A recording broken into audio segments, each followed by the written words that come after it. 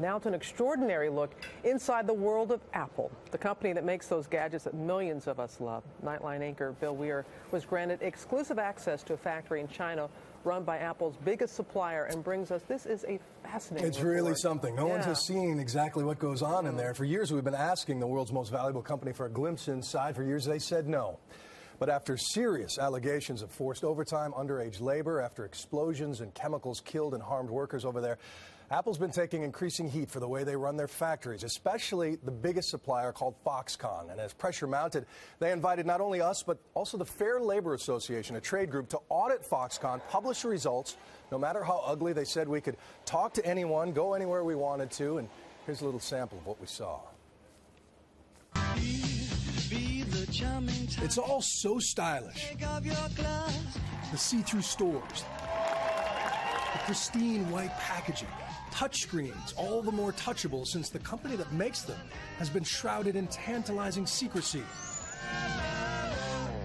Until now. I'm told this is the very first time any reporter from any country has been allowed to see this.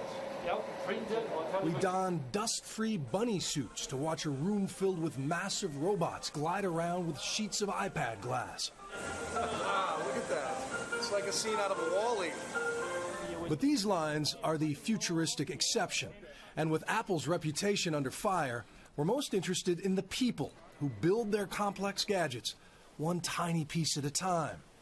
As a whole, it's an incredibly complex process, but look at the individuals, and you see mostly teenagers from the countryside, 17, 18-year-olds far away from very poor homes. So this is home. They live in a dorm with 7 strangers, spend 6 days a week repeating the same task again and again. Fatigue and boredom are common in any factory, but this one is surrounded by suicide nets. They are everywhere, a horrifying reminder of 18 workers who jumped from the buildings here at Foxconn City in the past few years. The suicide rate in this massive company is lower than average in China.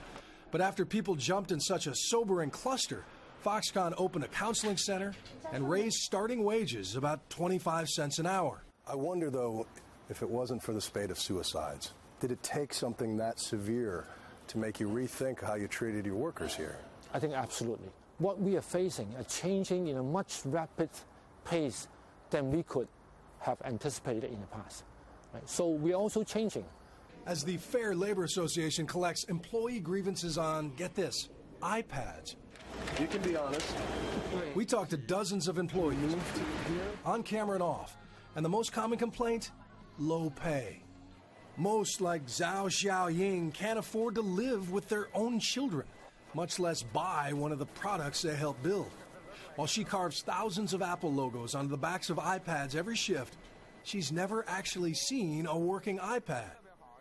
What do you want the people who end up buying this to know about you? I want them to know me, she says. I want them to know we put a lot of effort into this product, and when they use it, please use it with care.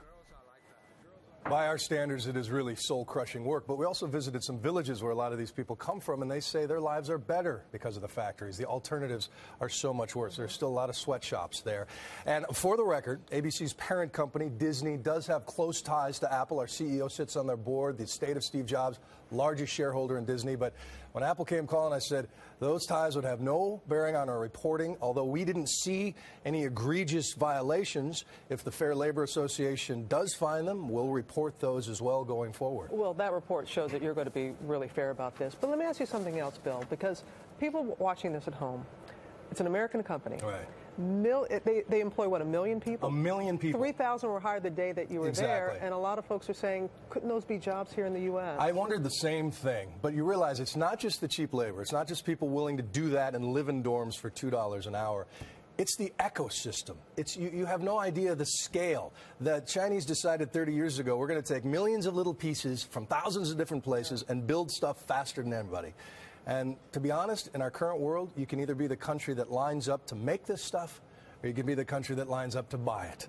But it's impossible to be both. All right, Bill, thank you. Again, just absolutely fascinating. He will have much more on that stunning and exclusive report on World News and a special edition tonight on Nightline.